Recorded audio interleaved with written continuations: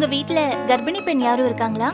அப்படின்னா நிச்சயமா பக்கத்துல இருக்கிற அங்கன்வாடி மையத்துல அவங்களோட பேரை பதிவு பண்ணிருப்பீங்க இல்லையா?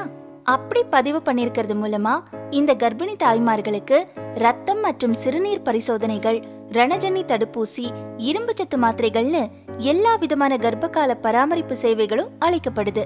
கர்ப்ப காலத்துல கடைபிடிக்க வேண்டிய முறைகள் பற்றிய சரியான விழிப்புணர்வு கல்வியோட குழந்தை பிறந்த 6 மாசம் வரைக்கும் சத்தான இணை உணவும் இவங்களுக்கு கொடுக்கப்படுது.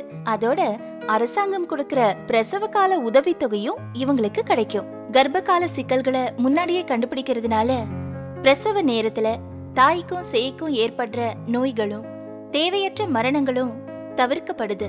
உடனடியா அருகில் உள்ள அங்கன்வாடி மையத்துக்கு போய் பேரை பதிவு பண்ணிக்கங்க.